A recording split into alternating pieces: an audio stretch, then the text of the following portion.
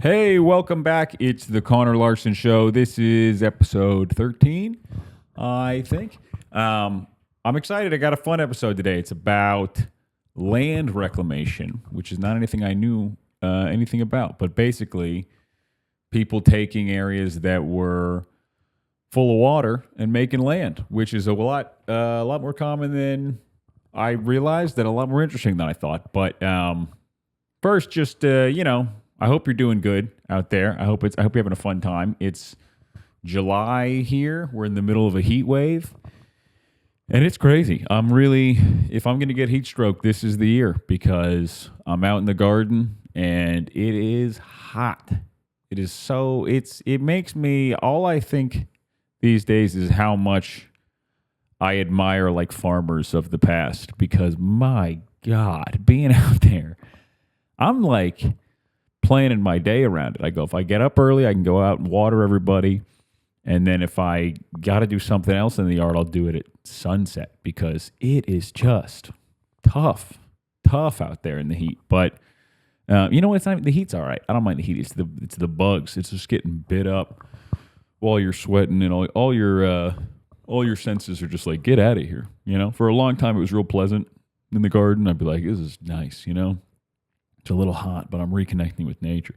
And now my brain just goes like, we're dying. We gotta get out of here. But we're still out there. We're still weeding. We're still taking care of everybody. I finally posted the Yakasugi bed video. I hope you liked that. That was a lot of fun.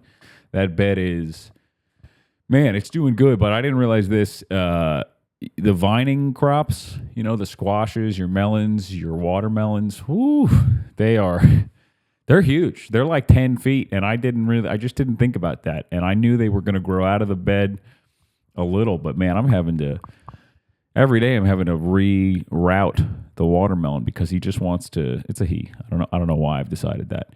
He just wants to grow over everybody. And that's what's fun about it. You wait all year, and then everybody gets into bloom time, and it's like, oh wow, stuff happens. Like all the strawberries have runners.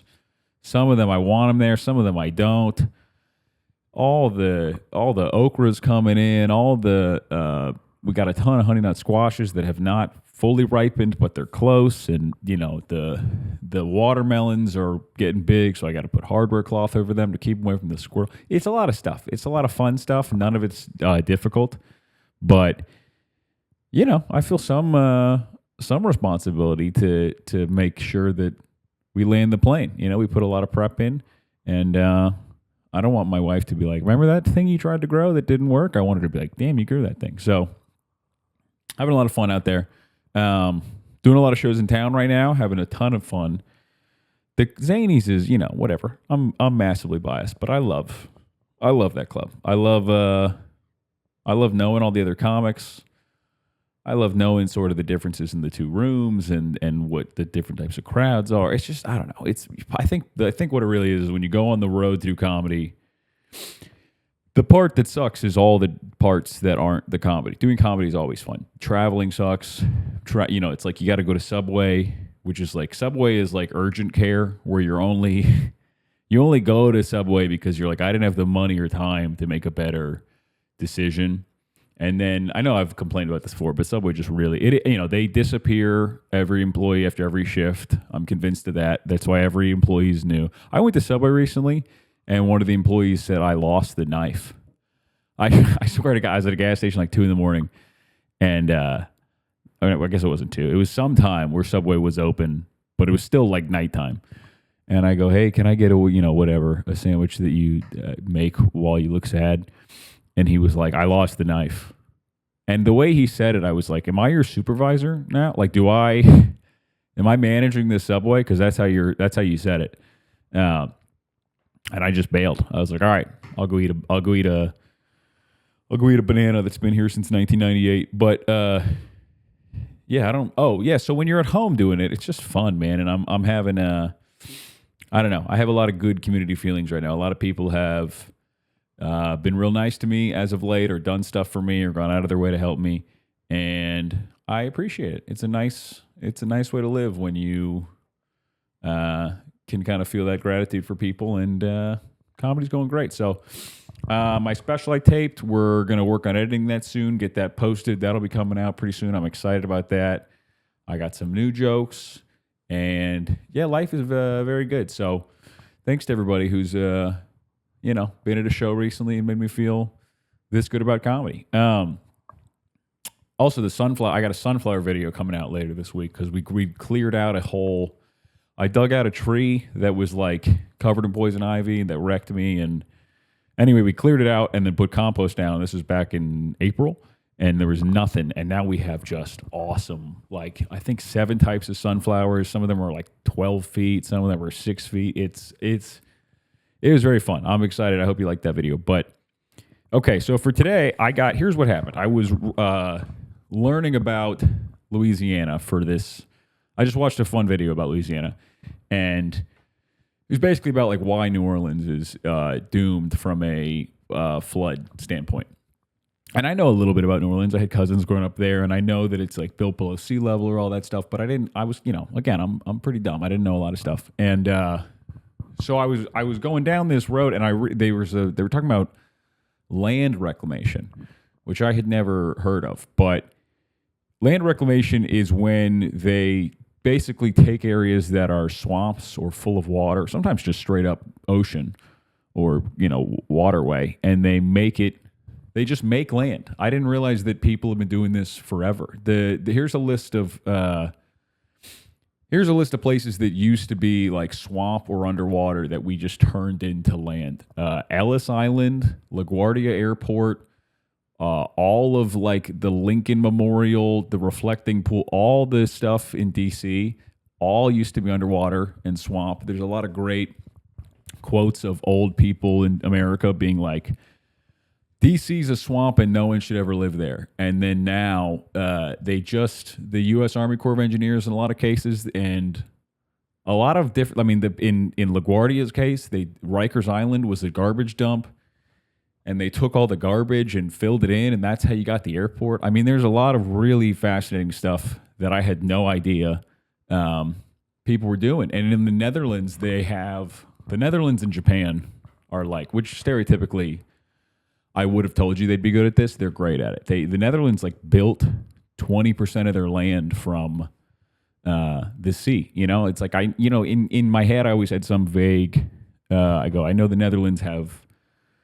Whatever that they got the kid with, they got dikes and they got windmills and stuff like that. And I knew they had something going on, but I didn't realize the extent of they're fully just reclaiming land. So anyway, the Louisiana thing, before I get off topic. So they got, the Mississippi River, big river, one of the top rivers, and it flows all the way in, from Wisconsin down to the Gulf of Mexico. And they have, I didn't realize this, rivers will just naturally, every couple of 100 years, reroute themselves. So for a long time, since America's been a country, it's been coming out where it comes out now, where, New Orleans, all that stuff. That's why New Orleans is such a big port city. That's why all the trade's there. But it wanted to reroute itself. It was trying to reroute itself to this new, what was the name of the river? There's a river in Louisiana, and it's a lot more west, essentially. And it was trying to reroute itself that way, and they could tell, right? So if it goes like this right now through New Orleans, it was trying to go straight down. And they were like, well, we don't want that. We've planned all this stuff around New Orleans. So let's just mess with the river, essentially. And I also didn't realize this, Louisiana has all these barrier islands, and it was sediment. So as the river flows, it gathers dirt and sediment and land, and it deposits it in the delta, right, where the river comes into the ocean. And that's what all those barrier islands were. That's what all that stuff is. And that's why they grew it. And that was just a natural process. And then we messed with the river. We built levees and dams and stuff, and now the sediment doesn't deposit. Like it used to flood, right? So mud would get deposited, and that's what made all the soil good, and that's what built up Louisiana over all this time. And I think they used to build they said a mile or two a year of land would be created. And now we've lost like 3,000 miles or something crazy. All the barrier islands in Louisiana are disappearing. It makes the hurricanes worse because that sediment, all that stuff, it just goes straight into the ocean now, right? All the sediment, because it can't. We build levees, which are basically walls, so the river doesn't overflow, and dams. So all this dirt that used to make its way there and settle and become what you think of Louisiana as, having all these barrier islands, it's all gone. And so that's one of the ways that they mess with. That's like the opposite. The rest of these people are reclaiming land. Louisiana is giving up land. But that was my gateway into finding out about all this stuff. And that's the other problem, too, where it's like a lot of these things, man, we're just too far down the road to. I mean, if you let the river do what it wanted to do now, it would just completely disrupt basically the whole plan for what Louisiana is. That's where all their business is. That's where all the commerce is. But it might arguably heal the problem with New Orleans, which is, it's also when you build a levee so the water can't overflow, so that just like it normally would overflow and settle mud on the surrounding land by the river. It just settles, which raises the floor of the river. So you got to keep building the levees higher and higher and higher, which is just eventually the bill comes due. That's sort of when you mess with nature, eventually it doesn't work out so good. So that was my first. I started being like, oh, I guess you can mess with. I look at bodies of water and I go, you can't just build an island, but you can, and we have. So that led me to, they were talking about up until about the 1970s, which is when a lot of environmental laws came in, and that's its own thing, because sometimes they're good, but sometimes, like, America has a tendency to have really strict laws where people can keep suing and keep appealing. So there's just, anytime if you're a guy and you want to build an island, you're just going to get sued forever, and the project will never start. And then it'll, if you've ever worked with like a contractor or somebody where it's like, anytime there's a delay, it costs you money. It's just that on steroids. And America has a lot of freedom to sue, shall we say. So you can just, you can really delay a project forever. On the one hand, it's good to have a country that, can be like, hey, you can't build this building because it's going to destroy this bird habitat. But then people can also misuse that same mechanism to just be like, I'm just going to sue you forever so you can't ever build this, even if there's not a real legit argument for it. So if you actually look at charts, I'll see if I can put one in the video here. There's a lot of, we used to build stuff, we used to do stuff, and then all these environmental review laws came in, and now it's like nothing. And because it's not even that it's not that there's never a good scenario to build land. Like a lot of this stuff, all those landmarks I mentioned, there are places where you'd want to build land, right? Like New York City, all of Battery City Park, all of this stuff is reclaimed land. They used to reclaim land, and it's all beloved stuff now. It's not like people can tell and have a problem with it. And New York City's whole problem is, no housing, it's too crowded, all that stuff. So they could reclaim a lot of the land, but you'd be sued into oblivion if you tried. So it's not that there's never a good reason to do it, but it is now, as if any one person doesn't want you to do it, you're not going to be able to do it. So we just stopped completely building reclaimed land, which is, I'm not saying whether or not it's good or bad. I'm coming at this from the perspective of, I'm dumb. I didn't even know we were doing any of this.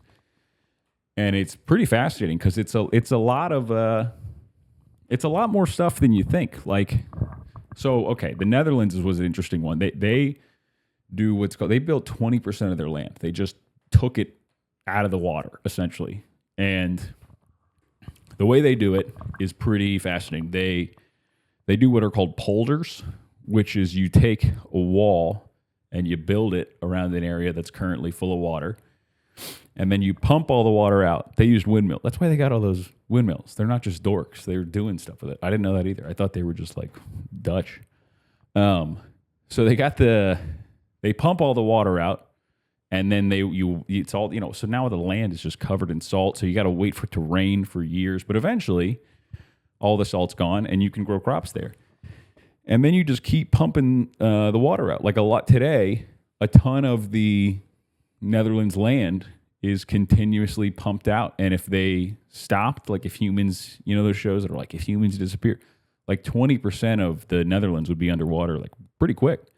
But they make it work. I'll put up there was a really cool chart I saw. I'll put it up in this video, but it was basically you have like Amsterdam kind of hanging off like this, and then all the land here is stuff they created. And I don't know. I mean, listen, I'm usually a pretty pro nature guy, but like I was describing with the river, this stuff naturally does occur. You know, that's how islands are created. That's, you know, land erodes away, and then land also accumulates other places. So it pretty fascinating to me. And I just never realized the extent of people doing this. And then here's where it gets great. So that's like, you know, whatever. That's pretty normal. There are some absolutely wild cases of people doing this, especially in Asia. And Asia is always doing like, I don't, maybe it's just because China's like, whatever America's doing, China's doing a insanely ramped up version of, kind of because what I described earlier, where like in America, anybody can sue you if you try to build something. In China, the government will like take your house and just destroy it. And then they'll send you a letter that goes, we destroyed your house, you're welcome. Like there's just you have much less, individual voices matter a lot less, which is bad, but it lets them do stuff like build 40 power plants in the time it takes us to build one. So I was reading about all these places so they do what's in like the South China Sea. There's a lot of what they do is they take a boat with a spinning blade and they like rip up the seafloor, right? All the ground. Then they pump that sand out and dump it somewhere, and they just keep doing it till they have an island. And it's terrible for the environment. All that stuff getting ripped up like that gets into coral seabeds and all this stuff, but it works as far as building an island. So they just do it. They just build islands in the middle of the place. And then I didn't realize this too, they just import sand from people who have it, and they build land that way. And like Dubai, and you ever seen that big palm tree that they're building in the ocean? That like crazy, it looks like a meme, but it's a real island they're building. They just imported sand and built that. And that's I didn't realize too, desert sand doesn't work. So it's these desert countries importing sand from places like Australia. And there are sand mafias, like cartels of sand, especially in India. And you can look into it. They've like intimidated journalists and killed witnesses. But a lot of the sand trade is run by sand mafias in a lot of these places. And I think they said sand is like the third largest trade in the world. Like as far, it's like salt and then sand or something crazy. And a lot of it's illegal. It's like the wild, wild west, which again, I just love finding out about stuff I had no idea. And I never heard one thing about this. I never heard people building land. I never heard about sand mafias. But yeah, I guess the desert sand's too loose. The grains don't stick together, but you got to get it from like Australia or places where it's just more packed. But places like Singapore are just building islands. And in a lot of cases, it's like rich countries like Singapore basically importing sand from like poorer places like Indonesia. And then when you rip sand out of an island, you're degrading the integrity of the coastline. So it all falls apart. So you're basically buying this country's land because they pull all the sand out of this island. That island washes away now. And you build an island, and that's technically, Singaporean territory. So now you just bought their land. I mean, these countries are selling their land, or not even these countries, these cartels are selling like territory. It's a pretty wild thing that they're doing. And a lot of it's like, I was watching, I think Vietnam is building these islands in the South China Sea so they can have a base to fight if they need to, control the shipping lanes, and China's getting mad at them for that because China wants to control everything. I mean, the whole thing was crazy. And I feel I'm sorry if this episode's jumping all over. This was a crazy topic, and it could all be its own episode. But yeah, so I'm going to just go over the things that we've built so that in America that were all underwater or swamps before. It was all the DC monuments, Lincoln Memorial, Reflecting Pool, all the World War II, Jefferson, FDR, and MLK memorials. It was all on mud, and then they dredged it up and filled it in. The Ellis Island was a 3-acre oyster sandbar that they filled in with the dirt that they used dirt. They dug out the subways, and then they took that dirt and they just dumped it there, and that's how we got Ellis Island, which is nuts. San Francisco's financial district, roughly 1/3 of Manhattan is just made up. They just built it, and to me that's pretty fascinating. So the Netherlands, they were doing that. They were big. Oh, this is the craziest one. So Jakarta, which is Indonesia, that's always one of those countries that like you don't really hear about, but there's so many people. If you look up like I think more people live on the island of Java than in like all of Western Europe. There's some crazy stat about just how densely populated it is. There's a ton of Indonesian people, and it's for whatever reason they're not, it's not a big news country for at least the news I get, but pretty interesting. So Jakarta is their capital city, and it's an island. It's an island, and they have no. They don't have a lot of the people there don't have running water, right? There's like 30 million people, and like 10 million people don't have access to running water. So what they do is they just dig their own wells and pump up water that way. This is one of those like cities like Mexico City or LA where it just you look out and it's like everything for miles is technically the city. So they're all these people are pumping out the groundwater. And because of that, the city is sinking slowly. And not that slowly, like 25 centimeters a year, which is, I don't know, 12 inches, a foot a year, something like that. So the city's starting to go underwater to the point where Indonesia is just building a new capital. They basically just gave up. They go, we're not gonna save this. We're gonna build a new city called Nusantara. So 40% of Jakarta is under sea level now, and it just keeps sinking every year. And they're building levees, they're building walls to keep the water out. But that doesn't help if the city keeps sinking. If you build a wall and then the wall sinks, you got to build the wall high. It's just a terrible system. So basically, if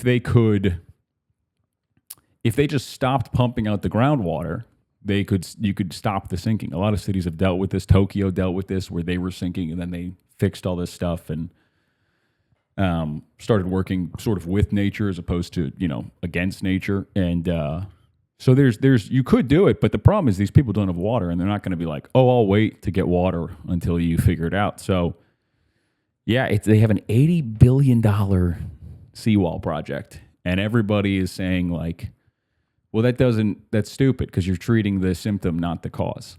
So they're just building a brand new capital in the jungle, and no one wants to live there. There's a few of these like countries that have just built new capitals. I think Brazil did this with Brasilia, and it's just like, I don't know, man. It's like a nickname. You can't give yourself a nickname. You know what I mean? People got to be like, I want to live here, and then you go, man, a lot of people live there. That should be our capital. But these capitals they just pick, they never seem to work. That's what I went to school in Tallahassee.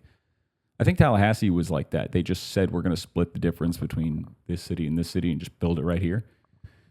Tallahassee's cool, but it's never going to be one of the bigger cities in Florida. You know what I mean? It's like you kind of just got to let people live where they want to live. But I don't know. It's fascinating to me that people are building cities out of all this. The sand trade being like, it's like drugs, in terms of like cartels are running all that stuff. I thought that was pretty fascinating. The sand mafias in India protect the trade by killing people who expose it. They use gunmen on motorcycles, and they say like you can't investigate it because they have like infiltrated politics over there. So if you try to, it's like the mob where it's like they got them in their pocket and stuff. And this is about sand. I never even, I don't know. I just thought that was a fascinating thing, that sand is a like massively traded commodity that influences the world, that I never knew. So Tokyo is another example. They basically built about 40% of their city by just filling in what used to be kind of swampy water areas. They just filled it in. And then over time, it just becomes part of the city of Tokyo. This is the most Japanese thing about this episode. Tokyo is so cool. They burn all their trash because there's not, they don't have the room. Everything's packed in Tokyo. So they burn a lot of their trash and make ashes, and then they dump that and they use that to make more land, which I just think is like I mean, I know I keep saying this, but all this stuff blew my mind. I never once thought of any of this, and it was, pretty fun. So what are the other ones? Tokyo stopped sinking. That's proof that you can do it. There was a plan in Louisiana to let the river do what it wanted to do and just flow out and sort of fix the problem we do have. And then last year they were like, no. And as far as I can tell from doing research, it's sort of just the classic politician stuff where it's like everyone realizes there's a problem, but there's money. Like certain people will make money by delaying the solution. So they just go like, no. And then the problem gets worse. And they're like, yeah, but by the time it's a real problem, it won't be my problem. So it's, I guess, I don't know. They're just going to keep letting New Orleans get deeper underwater. And we, instead of building land that could be put to use, we'll just let the sediment go into the ocean and all that stuff. And I mean, this is kind of a bummer of an episode a little bit because it all sounds like it's bad, but there's some cool, I guess it's not a bummer. The Netherlands stuff is cool. All the parts of the country you've built are cool. It's a mixed bag as far as like, it's a bummer you can't build stuff anymore that could be interesting and cool. That's obviously a problem. I think America should have less regulation. And you know what they said, one of the key differences in Tokyo is there's a lot of regulation, but if you sue somebody to be like, you can't build this, and then you lose that lawsuit, you can't just keep appealing it forever. You can't just which you can do in America. You can just fight it forever and ever and ever and run up lawyer bills. And they said basically in Japan, it's like, they go, listen, we heard both of you. Yeah, you can or you can't, and then it's done. Which I think, just common sense stuff like that seems like it would be cool. But yeah, I mean, I just thought this was such a cool thing to learn about. There's a lot of different ways you can just make land. You don't have to do the evil rip up the seabed and then shoot it into the water until you make an island. That's kind of that's like the Batman villain approach of a building island. But a lot of this stuff is just, if you let sediment build up or you slowly, in the Netherlands and Japan, they found like more sustainable ways to do it. Like they'll just dump a ton of sand, like a massive amount of sand, and then let the waves sort of organically spread it for 10, 20 years. And then it kind of it ends up being a sustainable sort of like beach or island that, you kind of let nature dictate it so that you're not fighting nature all the time, which is one of the craziest, that's like the worst business strategy of all time. But you're working with nature. And then a few places have built, because a lot of this, when you're ripping up the land to build islands, you're destroying natural habitat and, barrier islands and tidal flats, these areas that are like, certain animals only live there. There's like, they can't just move to the forest. They're like adapted for that area. So now people have started recreating tidal flats and barrier islands so that the animals can live there. And a few of them have worked. There's a real cool one if you want to Google it called, what was that one called? Marker Wadden, which is an island they built out of mud just to bring back birds and fish. So I like that. That one was cool. Yeah, maybe I'll do more on this because I think it's a very interesting topic that, you can just build land. We could add to major American cities. You could just add a new neighborhood in Brooklyn. You could be like, hey, we got a 6-borough or whatever. But I hope you enjoyed that. I hope you found it interesting. I thought it was real fascinating. So if you know anything cool about it, send it to me and, send me a rabbit hole to go down. I really enjoyed that. A few people have sent comments that made me go explore something. And that's half the fun of me having this podcast. So, all right, I got a bunch of shows coming up. I'll be in Janesville, Wisconsin, July 10th and 11th. Whatever the Friday, Saturday is that weekend. I'm too stupid to learn. I don't know. I'm sorry about that. Doing shows at the Comedy Cabin. I really like that. That's a fun club. I'm going with my buddy Marcus Lustig. Very funny. Great guy. So, yeah, it's going to be a blast. Thanks, everybody, for listening. I hope you have a great week, and I will see you next week.